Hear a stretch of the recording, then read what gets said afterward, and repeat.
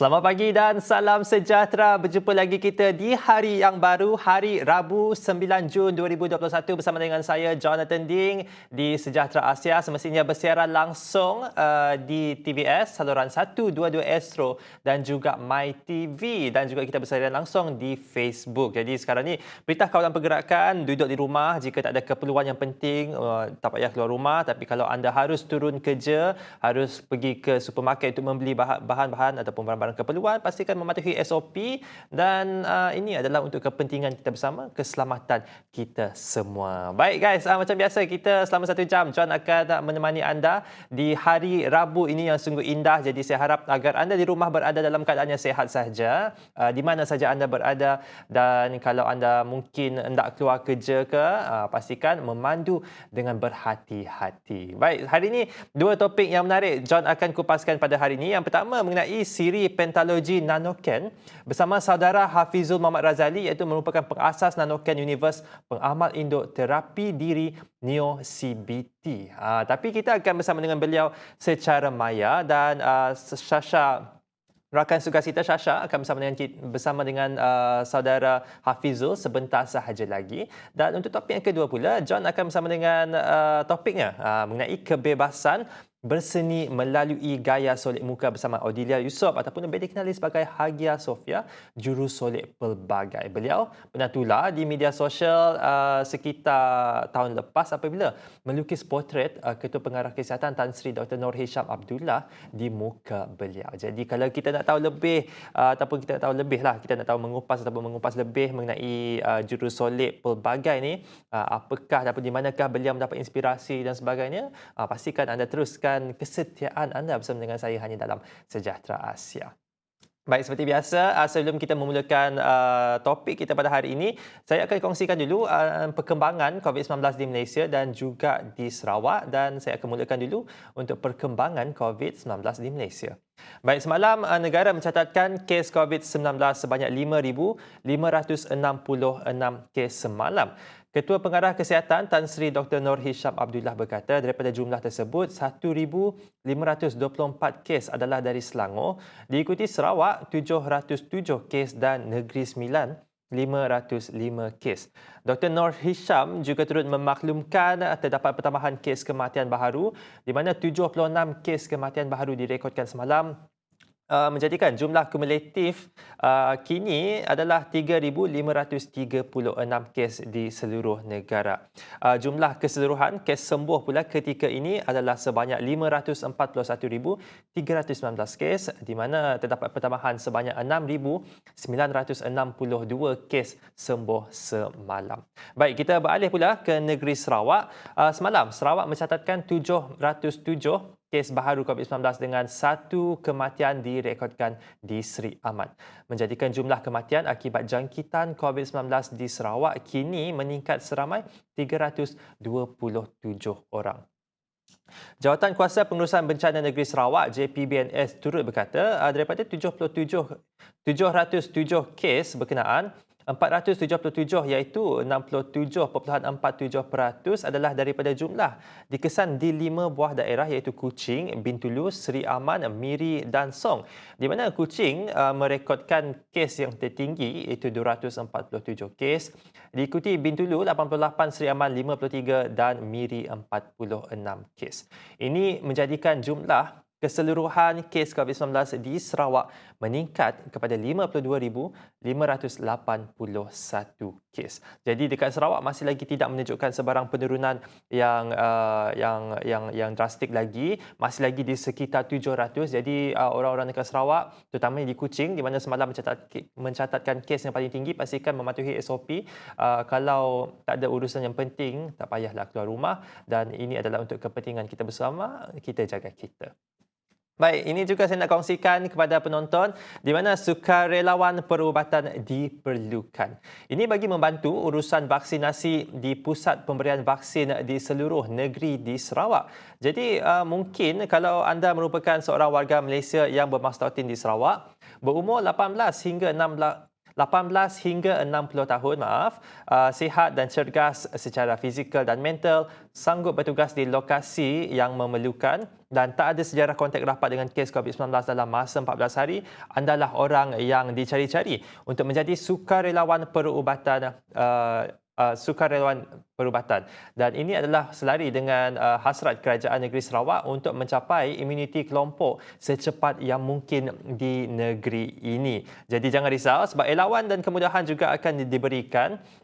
Sebagai contoh, kalau anda merupakan sukarelawan ijazah, anda akan diberi RM2,000 dan bagi sukarelawan ijazah RM2,400 dan diploma RM2,000. Selain daripada itu, anda juga akan diberi keutamaan untuk menerima vaksin COVID-19. Jadi daftar sekarang di erecruitment.sarawak.gov.my sebelum 13 Jun. Jadi jangan lepaskan peluang ini dan daftarkanlah diri anda sebagai sukarelawan perubatan. Baik, jadi sampai di sini saja antara berita ataupun perkembangan yang kami nak kongsikan kepada anda. Sebentar saja lagi rakan tugas Syasha, beliau akan bersama dengan saudara Hafizul Muhammad Razali di mana akan berkongsi secara maya mengenai Nanoken Universe Pengamal Induk. Jadi tanpa melengahkan masa, jom kita saksikan Syasha Denslim bersama dengan saudara Hafizul Muhammad Razali. Ya, Pentologi Nanoken merupakan sebuah buku fantasi science fiction, itu konteks tahun 2059. Keselamatan dan kesihatan penduduk dan hidupan di bumi semakin terjejas akibat pencemaran dan perubahan iklim. Siapakah bakal penyelamat dunia kali ini? Baiklah, Assalamualaikum dan selamat pagi, pagi yang indah, pagi yang ceria. Hari ini kita bersama dengan Encik Hafizul Muhammad Razali yang juga merupakan seorang founder, dan Puan Fiziani yang merupakan seorang penulis, penerbit bagi buku Pentologi Nanoken yang bakal kita kupaskan sebentar lagi. Sebelum tu, kami di Sejahtera Asia sangat mengalu-alu dan juga Puan Fiziani untuk bersama berkongsi kepada penonton semua. Baiklah, Assalamualaikum. Apa khabar Puan Fiziani dan juga Encik Hafizul? Waalaikumsalam Syasha. Terima kasih jemput kami ke program TV Sarawak hari ini. Ya. Sebelum kita mulakan, nak tanyalah dulu bagaimana perasaan Encik Hafizul dan juga Puan Fiziani pada hari ini. Puan Fiziani silakan. Ladies first.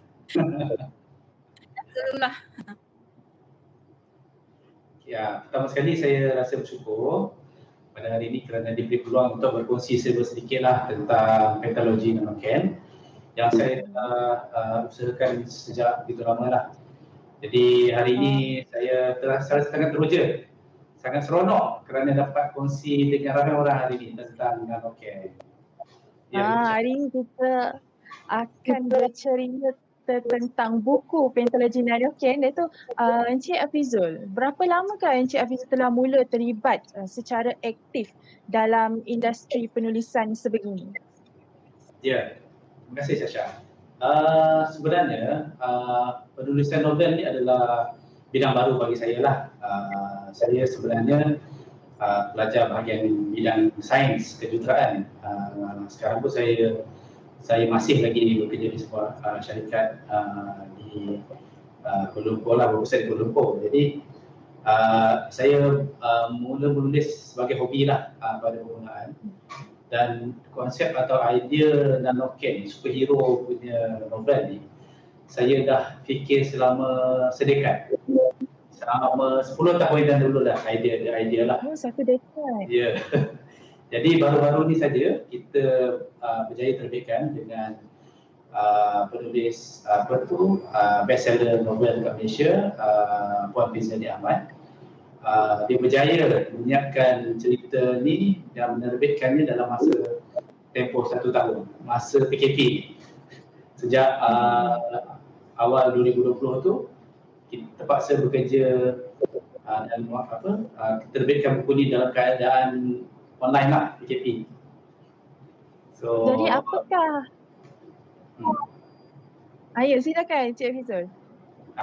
Jadi buku ni boleh dikatakan lahir semasa zaman COVID-19 lah. Bermula COVID-19 kita pun terbitkan buku ni sampailah sekarang yang terbaru, siri yang kelima terakhir menjadi diserahkan pada akhir Mei yang lepas. Jadi apakah yang mendorong Encik Hafizul untuk menerbitkan buku ni? Sebab tadi dah bagi tahu menunggu dalam masa 1 dekad. Jadi apakah yang mendorong sebenarnya? Okey, pada permulaannya saya tidak bercadang untuk membuat Nanoken sebagai satu produk kreatif ataupun buku ataupun dalam bentuk animasi ataupun komik yang dalam perancangan. Tapi pada permulaannya saya amat suka kepada bidang sains dan saya banyak membaca jurnal-jurnal sains tentang alam sekitar. Jadi pada 10 tahun dulu tu saya terjumpa satu bidang sabang sains baru, bagi saya baru di negara kita lah, dipanggil biomimetics. So biomimetic ni secara ringkasnya ada penjelasan dalam buku, tapi secara ringkasnya dia adalah sesuatu teknologi yang diinspirasikan daripada alam, inspired by nature.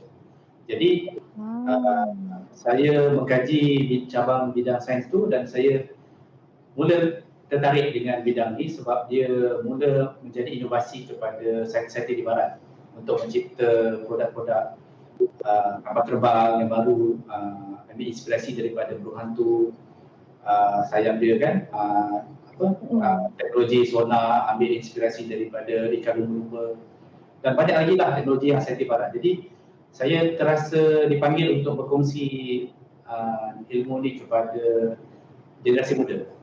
Jadi saya mula menulis, tapi saya punya tulisan tu bahasa sains lah, bahasa orang kata bukan bahasa penulis novel ataupun bahasa bahasa yang senang dipahami lah kan. Saya share dengan kawan saya pun macam istilah saintifik tu digunakan lah. So kawan saya pun baca mula-mula apa yang saya tulis, saya kongsi orang pun pening kepala. Jadi bila saya berbincang dengan Puan Fizali satu hari tu, saya berkata kepada Puan, boleh tak Puan tolong saya memudahkan bahasa ni, santaikan. Mula-mula Puan Fizali pun ambil masa juga untuk memahami ni, tapi dia seorang penulis yang mentah, dia memang suka cabaran. Dia walaupun dia bukan dalam bidang sains, dia pun belajar juga benda sains, apa yang teknologi dalam tu. So mula-mula nanti Puan Fizali ceritalah dia punya pengalaman tu, macam mana dia dapat asimilasikan idea tu dengan konsep sains yang kita cuba bawakan. So jadi bidang sains tu sebenarnya luas. Dia bukan macam kita belajar dulu. Zaman dulu kita belajar 10 tahun masa saya belajar dulu, kita hanya tahu sains ni fizik, kimia, biologi kan. Itu biasalah. Tapi sekarang ni orang nak panggil saintis dah dia besar, dan orang boleh panggil dia data saintis. Saintis pun dah ada data. Kan, data pun dah ada saintis dia. Jadi bidang itu berkembang, kan? Berkembang dah 10 tahun lepas. Jadi kita ikut perkembangan semasa yang latest Nanoken cerita ni, dan dalam satu tahun penerbitan ni kita tak adalah cerita tentang fizik, kimia, biologi itu sangat. Kita cerita tentang teknologi-teknologi semasa yang masa kini. Contoh macam AI kan, artificial intelligence, biological weapon kan. So kita ikut perkembangan semasa lah. So generasi terkini tu akan terasa cerita ni dekat dengan orang. Gitulah. Jadi buku pentologi Nanoken ni merupakan sebahagian daripada Nanoken Universe. Boleh tak ceritakan apa sebenarnya Nanoken Universe ni? Okey, Nanoken Universe. Okey, kalau kita tengok di barat, kita dah ada Marvel Cinematic Universe kan? Kita dah ada DC Universe. Tapi bila saya tengok filem-filem aksi, especially yang bertemakan superhero, kita tak ada orang kata hero yang ambil motif daripada elemen Nusantara ni. Macam Sarawak kan, kita tak ada hero yang ada motif Sarawak yang beri peringkat level orang kata Hollywood lah. Jadi impian saya nak create satu watak yang ada ciri-ciri elemen Nusantara, yang walaupun pengisian dia hero tu ada elemen-elemen tempatan, tapi sebenarnya dia punya cerita tu boleh diangkat ke peringkat antarabangsa. Setanding dengan superhero-superhero yang ada sekarang ni di dalam pasaran lah, Avengers kan, ada Superman, Spiderman. So jadi kita buat superhero versi baru daripada Nusantara. Hero dia ada motif Sarawak. Dia memang lahir di bumi Kenyalam ni, dan dia membantu untuk menyelamatkan dunia. Jadi orang Sarawak boleh menyelamatkan dunia pula. Macam ni lah. Kiranya mendapat ilham dari situ lah. Ya, saya.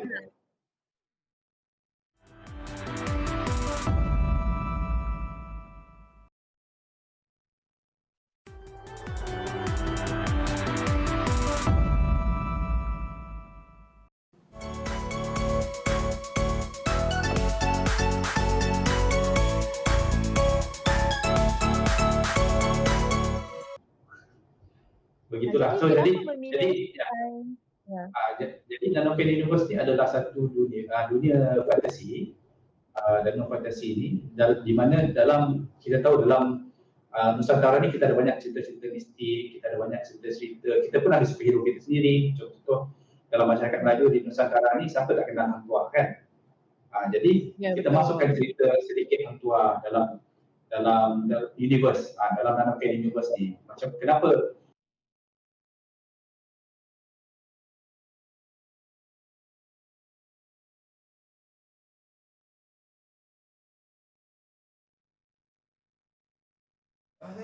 Kembali lagi bersama dengan saya Jonathan Ding dalam Sejahtera Asia. Baik, tadi kita dah pun melihat Shasha Denzlin bersama dengan saudara Muhammad Razali, pengasas Nanokan Universe, dan Nanokan Universe ni yang beliau kongsikan tadi, dia seolah macam Marvel Universe dan beliau nak hasilkan universe beliau sendiri melalui hasil penceritaan buku dan novel-novel beliau. Jadi sungguh setakat ini masih lagi menarik perkongsian, tapi kita masih ada masalah teknikal yang kami sedang alami, dan kita haraplah agar masalah ini boleh diselesaikan secepat mungkin. Dan kita nak tahu lagi lebih mengenai siri pentologi Nanokan ini bersama dengan saudara Hafizul Muhammad Razali, di mana Shasha menemu bual beliau secara maya. Baik, dan selepas ini juga saya akan bersama dengan saudari Odilia Yusof, yang merupakan seorang juru solek pelbagai ataupun lebih dikenali sebagai Hagia Sophia, sebab beliau dalam topik tersebut mengenai kebebasan berseni melalui gaya solek. Jadi baik, selepas ini kita akan kembali lagi dan kita sambung temu bual bersama dengan Shasha Denzlin dan juga saudara Hafizul Muhammad Razali. Silakan. Begitulah. So jadi Nanoken Universe ni adalah satu dunia fantasi, dalam fantasi ni, di mana dalam kita tahu dalam Nusantara ni kita ada banyak cerita-cerita mistik, kita ada banyak cerita-cerita, kita pun ada superhero kita sendiri. Contoh dalam masyarakat Melayu di Nusantara ni siapa tak kenal Hang Tuah kan? Jadi kita masukkan cerita sedikit Hang Tuah dalam universe, dalam Nanoken Universe ni. Macam kenapa time frame cerita ni, the universe ni saya create dia punya timeline dia daripada tahun 1511 sehingga 2059, dalam lebih 500 tahun kan. So ada banyak cerita-cerita yang berkaitan dengan Nusantara ni kita isi dalam plot-plot dalam cerita. Jadi saya create the universe tu supaya semua orang boleh rasa macam mana dunia fantasy science fiction Nusantara ni kalau kita modelkan. Jadi dia ada banyak elemen lah, macam Marvel tu kita ada komik nanti, kemudian kalau ada pihak yang berminat, kita sekarang ni kita dah ada buku novel, mungkin kemudian kita akan buat komik. Kalau ada peluang nanti, kalau ada pihak yang sudi berkolaborasi, kita boleh buat film siri kan. So di universe ni dia punya fantasy dia very wide. Dia punya dunia tu kan, dia punya impian dia lah. Itu impian saya dalam selama 10 tahun tu, saya create satu dunia fantasy science fiction untuk Nusantara ni yang kita boleh keluarkan ke dunia lah, basically, untuk hasilkan dunia. So Nanoken ni asal dia, kenapa Nanoken? Sebab dia kalau dalam itu dan cerita, dia Nanoken ni adalah sejenis batu. Okay? So sejenis batu, aku kata batu kuasa lah. Batu kuasa ni dinamakan nanoken sebenarnya dia punya pencipta dia asli seorang saintis juga bernama Ken Sharp kan. Cerita tu nanti Profesor ni boleh cerita lah dalam satu watak tu nanti. Tapi dia punya cerita tu kenapa kita ambil konsep batu tu sebab kita rasa kalau kita guna robot dah ada punya market kan, macam Transformers kita dah ada robot pun dah ada dia punya sidekick robot kan. So kita buat satu batu kuasa yang macam Avengers. Kalau cerita Thanos kan dia ada batu kan. Dia ada batu tu. Tapi kita lagi kuat, lagi orang kata mula-mula bincangan jadi tu kita rasa kita buat lagi kuat daripada Thanos tak. Kita pakai satu batu je. Pakai batu tu. Batu lagi kuat yang boleh kalahkan semua batu-batu Thanos tu. Contohnya lah kan. So batu tu adalah nanoken. Nak tahu macam mana batu tu boleh mengalahkan batu-batu Thanos lebih hebat daripada Thanos tu, kena baca buku. Kena ikut animation. Kena ikut perkembangan cerita ni. Jadi kenapa memilih science fiction dan persekitaran atau perubahan iklim ni sebagai tema utama untuk buku ni? Okey. Soalan yang bagus Sasha. Science fiction ni sebenarnya dia adalah satu genre yang kalau di luar, genre yang luas. Di Malaysia ni saya nampak agak terhad sikit lah novel-novel dalam bentuk science fiction. Tapi kalau kita tengok dari luar, pasaran dia adalah orang kata jutaan kan, ataupun mungkin ada yang sampai bilion. Contoh kalau kita tengok J.K. Rowling kan, yang buat cerita Harry Potter. Kita tengok Stephenie Meyers kan, yang buat novel Twilight yang difilmkan. Dan kita tengok banyak lagi cerita-cerita daripada science fiction yang diterbitkan di barat kan. Semuanya bernilai jutaan ringgit. So dari mana science fiction yang daripada Nusantara ni, daripada Borneo, daripada Semenanjung, ada tak yang kita boleh angkat benda tu? Jadi saya rasa belum ada lagi. Jadi saya mengambil cabaran tu dengan Prof. Zaki. Apa kata kita buat satu cerita yang menceritakan tentang elemen Nusantara sebagai motif, tema, dan kita angkat science fiction ni seolah-olah tema superhero yang boleh melawan superhero yang ada dalam market. Mungkin satu hari nanti kita tak tahu, mungkin ada pihak yang berminat nak ambil cerita ni adaptasi novel untuk dijadikan film. Kita tak tahu satu hari nanti kan. Tapi itu harapan kita lah. Sebab tu dalam Nanoken Universe ni kita nak keluarkan bakat-bakat tempatan. Macam Syasha tahu kan, kita banyak berkolaborasi dengan artis-artis, selain penulis, kita ada pelukis-pelukis komik, illustration, kita ada makeup artist yang memang dalam bidang special effect ni kan. So kita ambil yang ada bakat tersendiri yang kata boleh diketengahkan ke depan, pelukis. Macam contoh watak Captain Neo tu, pelukis dia adalah seorang yang memang karya dia diiktiraf oleh anime di Jepun. Memang dihantar lukisan tu ke Jepun. Orang Jepun ambil dia untuk lukiskan. Jadi kita ambil bakat-bakat tempatan yang memang sekarang ni borderless kan, dah dunia tanpa sepadan kan. Yang diiktiraf, kita ambil dalam tim Nanoken ni, kita ambil artis-artis, bakat-bakat muda yang memang ada bakat yang luar biasa, yang memang di-recognize oleh luar negara. Jadi kita sediakan platform ni, Nanoken Universe ni, untuk mereka berkarya. Untuk masa ni, nak kemampuan kita, jadi kita sediakan satu ekosistem untuk mereka berkarya. Kita ada buat macam kontes, kita ada buat commission untuk diorang kan. So lagi ramai masuk, lagi meriah lah Nanoken Universe ni. Jadi sekitar saya mempelawar lah sampai ada bakat luar biasa yang nak ketengahkan bakat tu ke luar negara, kita boleh berkolaborasi dalam Nanoken Universe. Dalam masa sama itu memberi peluang kepada mereka-mereka yang berbakat. Jadi siri atau pentalogi Nanoken ni dia terbahagi kepada 5 bahagian. Jadi berapa lama tempoh untuk menyiapkan penulisan ni? Kita lepas kepada Puan Tiziani, penulis dan penerbit. Assalamualaikum warahmatullahi wabarakatuh. Terima kasih Sasha dan Waalaikumsalam. Kami untuk berbicara mengenai siri pentalogi Nanoken. Kita sebut pentalogi sebab apa? Dia ada siri.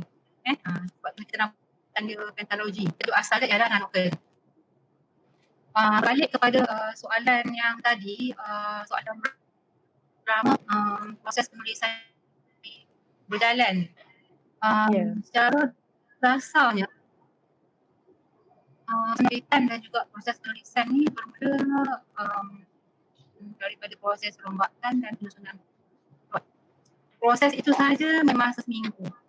Memang bercerita tentang plot, susun plot betul-betul, dan dia memang masa seminggu. 6 bulan. Tapi proses penerbitannya disusun selama setahun. Sebab kita cerita ni cerita panjang dan siri ni pun ada 5 siri, jadi kita nak ambil sedikit masa yang lama untuk buat hebat dalam media sosial dan sebagainya supaya cerita ni mendapat pendedahan yang sewajarnya. Terima kasih.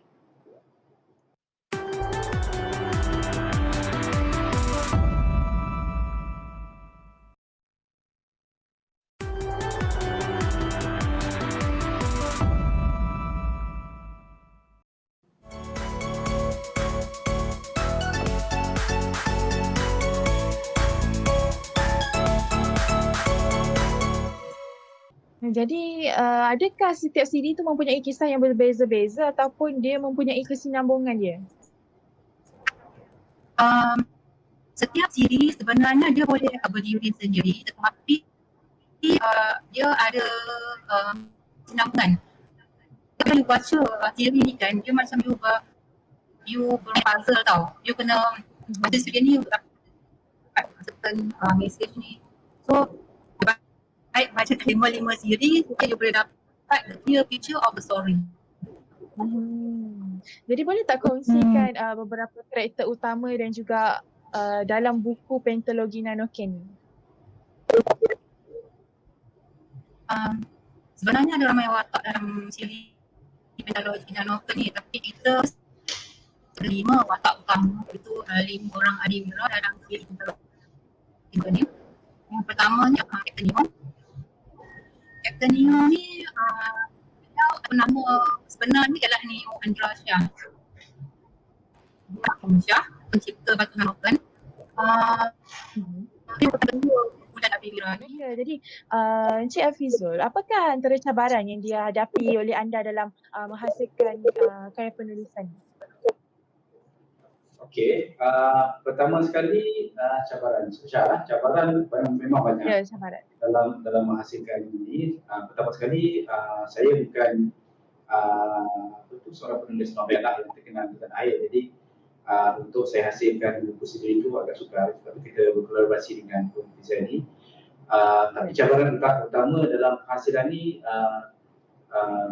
adalah tentang kefahaman tentang teknologi dan story yang kita nak sampaikan. Maknanya storytelling tu dia kena sesuatu yang appeal to the young adults, yang kita target remaja kan, remaja belia untuk mencintai cerita, untuk faham tentang sains biomimetik ni, untuk minat tentang teknologi ni kan. Sebab saya tak boleh nak ceritakan apa yang saya faham kepada mereka, even kepada anak saya sendiri pun kalau saya cerita biomimetik dia lari kan.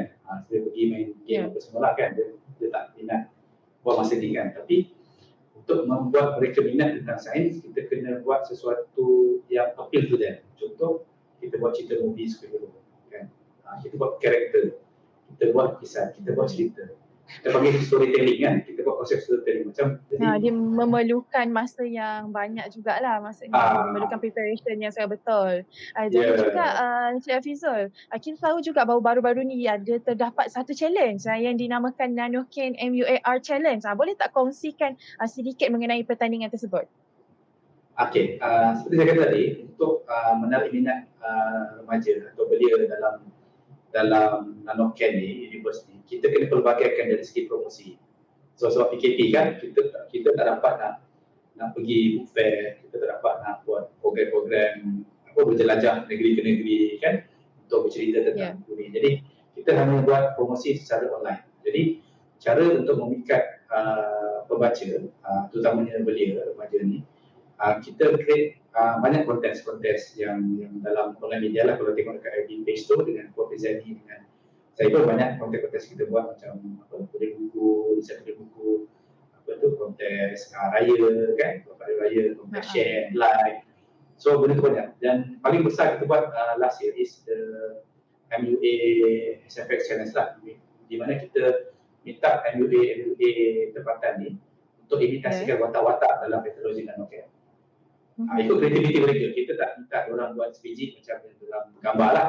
Kita minta dia guna kreativiti mereka. Siapa yang paling kreatif, kontes kita, siapa yang paling kreatif, dia ada sesuatu yang panggil the wow factor ataupun out of the box tu, kita akan pilih sebagai pemenang. Dan pemenangnya adalah orang Sarawak juga, nombor 1. Dah ada dah nama pemenang dia.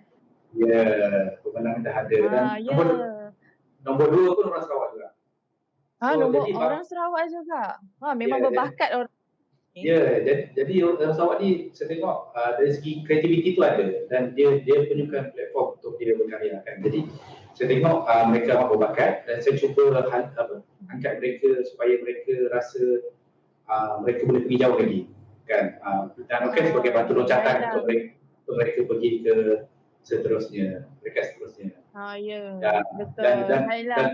Dan kontes tu mendapat penajaan daripada Timbalan Menteri Pelacukan kita sendirilah, Datuk Sebastian Ting, di mana dia memberi sedikit sumbangan untuk hadiah kepada pemenang, dan kita mendapat recognition daripada SMA lah, Sarawak Multimedia Authority, untuk lokasi JCJ kepada peserta. So terima kasih kepada SMA, kepada Datuk Sebastian kerana support nanocam. Begitulah perkongsian yang telah diberikan oleh Encik Hafizul dan juga Puan Fiziani. Masa ni memang sentiasa mencemburui kita sebenarnya. Dan dengan itu, sekali lagi kami dari Sejahtera Asia ingin mengucapkan terima kasih atas perkongsian, iaitu buku Pentologi Nanocam. Itu sebuah buku kisah fantasi berdasarkan sumber ilmu ataupun heaven to earth untuk kemanusiaan serta kasih sayang. Jadi apa tunggu lagi? Jangan lupa untuk dapatkan buku Pentologi Nanocam seperti yang kita ketahui tadi. Baiklah, teruskan menonton Sejahtera Asia sehingga ke penghujung rancangan. Jangan ke mana-mana, hanya di Sejahtera Asia.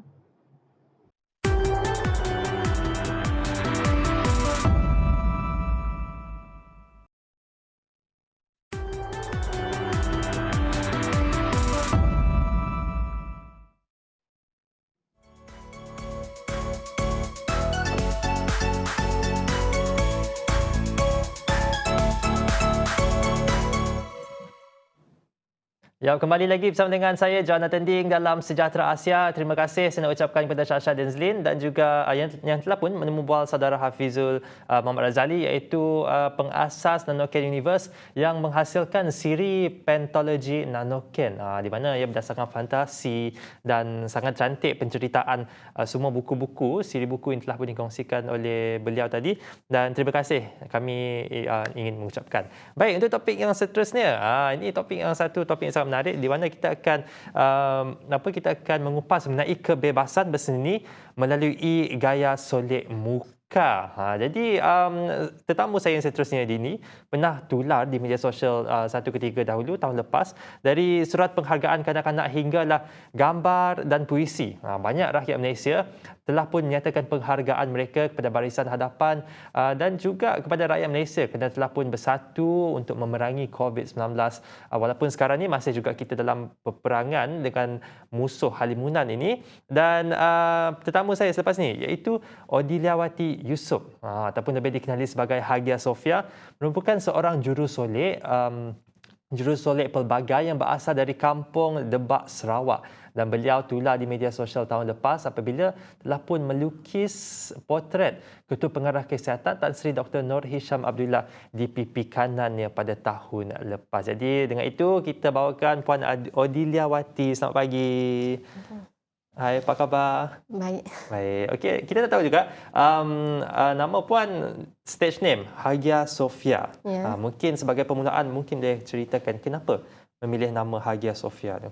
Okey, Hagia Sophia ni sebenarnya merupakan satu masjid di Turki. Yep. Saya sangat berminat dengan keunikan yang ada pada Hagia Sophia. Baik dari segi unik sejarahnya, unik seni binanya. Jadi saya memandang keunikannya seperti saya memandang keunikan yang ada pada seni. Jadi di situlah tercetusnya nama Hagia Sophia. Jadi nak panggil apa ni? Hagia Sophia ke nak panggil Odilawati ni? Hagia saja. Hagia. Okey, baiklah. Jadi Hagia kita nak tahu juga berapa lama dah terlibat dalam industri solek pelbagai ni ataupun lebih dikenali sebagai special effects make up ni. Okey, sebagai seorang jurusolek pelbagai, saya buat beauty, art dan SFX. Saya bermula semenjak tahun lepas, jadi baru setahun lebih saya dalam bidang ni. Saya mula aktif semenjak PKP pertama dululah. Dan saya aktif di media sosial, saya berkolaborasi dengan mua-mua luar. Dan saya ikut online kontes, antaranya Nanoken Challenge ni lah. Nanoken Challenge yang make up challenge tadi tu. Ya. Lepas tu menang. Tahniahlah kita ucapkan. Jadi tapi kita tahu juga, kita tahu bahawa Hagia tak adalah mengikuti mana-mana latihan secara formal. Tetapi pernah menjadi seorang pelukis komik selama 8 tahun. Betul. Jadi macam mana tahu ataupun macam mana merupakan daripada seorang pelukis komik ataupun penghasilan komik nak letak di atas muka, di atas jurusolek. Kenapa nak mencuba di atas muka ni? Okey, sebab bagi saya nak mencuba satu kelainan yang orang jarang buat. Tak seperti melukis di atas komik, kita lukis atas kertas je kan. Tetapi art, SFX, dia dilukis di atas kanvas hidup. Jadi dia ada keunikan di situ. Oh, tapi mungkin boleh kongsikan apa perbezaan melukis komik dengan make up di muka? Perbezaan utama dia adalah pemilihan kanvas lah. Dan juga kerumitan dia. Tak seperti melukis di kanvas, melukis di muka lagilah rumit. Tetapi dia memberikan satu kepuasan yang tak dapat digambarkan. Apabila saya berjaya menterjemahkan perasaan saya atas muka. Ke atas muka melalui solekan. Tapi kita nak tahu juga mana datang inspirasi untuk menghasilkan atas muka. Adakah coba lelok di atas kertas ke dekat yang pernah di muka kan macam ni, ataupun memang terus on the spot buat atas muka? Okey, dia memang perlu buat face chart dulu. Face chart face chart. Okey. Kita planning dulu atas kertas, lepas tu baru kita lukis atas muka. Jadi lebih senang lah. Sebab kiranya itu planning. Okey, planning, faham. Jadi pernah tak mengalami macam gagal, macam lukis kat muka padam, lukis muka padam balik. Banyak kali. Banyak kali. Ya, perkara biasalah. Kita nak tahu juga apa hasil ataupun potret Ketua Pengarah Kesihatan yang dilakukan oleh Hagia sendiri tahun lepas. Berapa lama nak hasilkan potret tu di muka? Sebab dia jenis yang detail, jenis potret, jadi saya ambil masa dalam 5 jam. 5 jam? Okey. Dia ambil masa yang lama sebab saya perlu lukis sekali emosi dia. Betul. Dia bukan sekadar muka, dia ada dia punya emosi, dia punya facial expression. Wow, memang hebatlah, bukan senang. Jadi kita selepas ni kita nak membicarakan ataupun kita nak mengupas lebih lagi mengenai topik ini. Jadi kita akan berehat sebentar. Pastikan anda teruskan kesetiaan anda bersama dengan kami dalam Sejahtera Asia.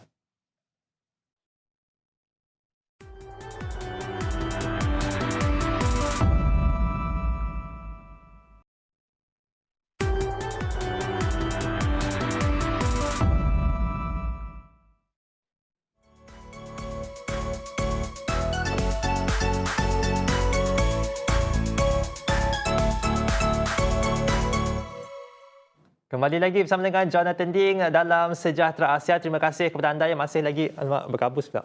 Terima kasih kepada anda yang masih lagi setia bersama dengan kami. Baik, saya masih lagi bersama dengan Puan Odilia ataupun lebih dikenali sebagai Hagia Sophia. Beliau merupakan seorang jurusolek pelbagai yang saya kira expert dalam menghasilkan karya-karya di atas muka orang secara special effect make up yang kita panggil. Jadi Hagia, kita nak tahu juga bagaimana anda mencari inspirasi untuk menghasilkan karya-karya yang berbeza ataupun yang unik daripada orang lain. Inspirasi itu datang dari sekeliling dan Okey. juga perasaan. Sekeliling dan juga perasaan. Contohnya isu COVID, isu Palestin. Kiranya saya menggambarkan perasaan saya, kemudian saya pamerkan ke atas muka melalui silakan. Dia macam ekspreskan perasaan anda Perasaan dan pendapat saya terhadap sesuatu isu itu. melalui karya itu. Okey, faham. Jadi mungkin boleh kongsikan juga apakah antara cabaran utama menggunakan muka sebagai kanvas lukisan. Okey, tak seperti kanvas yang lain. Menggunakan kanvas muka ni dia agak rumit kerana kami terpaksa menggunakan reflection dari cermin Okey. untuk menghasilkan lukisan ataupun makeup pada wajah. Jadi kami kena buat dia secara realistik sehingga pemerhati tak dapat bezakan dia real ataupun sekadar solekan. Faham. Oh, itulah sebab kita sebab macam Hagia memerlukan cermin untuk melihat sendiri. Lepas tu dia dah jadi macam reverse image. Yes. Faham. Kat situlah cabaran dia dan pelbagai teknik dan skill juga perlu diasah sekali. Okey, faham. Tapi kalau menghasilkan di atas orang lain, pernah tak buat atas orang lain? Pernah? Pernah. Tapi itu lagi senang. Adakah itu lagi senang? Sebab saya dah terbiasa buat di muka sendiri. Bagi saya muka sendiri lebih senang lah. Okey, faham. Jadi mungkin tapi adakah macam ada klien-klien, saya pasti mungkin ada klien juga. Bagaimana macam anda meyakinkan pelanggan berkaitan dengan keselamatan lukisan muka yang dilakukan ke atas jenis kulit yang pelbagai ni? Okey, sebenarnya buat masa ni saya masih di dalam fasa belajar. Jadi saya jarang nak ambil apa-apa job berkaitan art ni dengan SFX ni. Tapi for sure saya akan jelaskan dulu bahawa produk-produk yang dipakai tu dia sama saja dengan produk seperti produk kosmetik. Dia memang ada produk khas dia dan ianya memang selamat untuk kulit. Memang produk kosmetik lah. Tapi warna dia lebih lah, pelbagai warna lah yang Pelbagai warna dan banyak lagi medium dia. Okey. Jadi pernah tak menggunakan macam teknik bercampur warna untuk menghasilkan satu warna? Pernah? Itu memang biasalah. Tapi jadi sudah hafal lah macam nak campur. Contohnya campur color hijau dengan kuning jadi apa. Ya, kena pandai bermain dengan warna. Okey. Pernah tak macam eksperimen macam tak pernah mencuba apakah hasil warna tersebut tapi rasa-rasa macam kalau campur ini dengan ini dia jadi apa yang diinginkan. Pernah? Memang. Seperti buat fake blood, darah palsu. Saya guna bahan dapur je. Bahan dapur. Bahan dapur seperti serbuk kopi, sirap. Dia memang bahan dapur yang diyakini selamat untuk kulit lah. Faham. Jadi setakat ini juga mungkin kita nak tahu pernah tak Hagia melakukan ataupun menghasilkan make up special effect ni dalam drama ataupun dalam filem? Buat masa ni tak pernah lagi. Tak pernah lagi. Lagipun sekarang ni pun saya masih dalam proses belajar dengan pihak Finas. Okey, faham.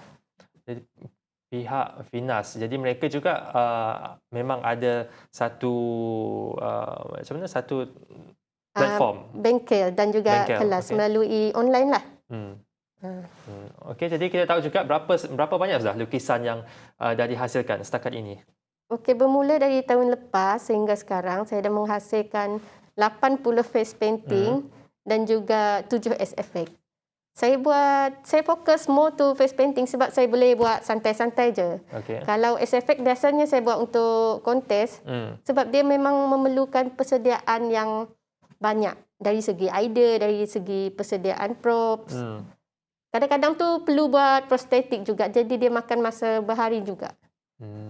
Okey, jadi itu persediaan. Tapi kalau nak menghasilkan di atas muka orang, berapa lama agaknya untuk menghasilkan satu special effect make-ups ni? Special effect. Sekiranya saya guna teknik prostetik, saya buat di rumah.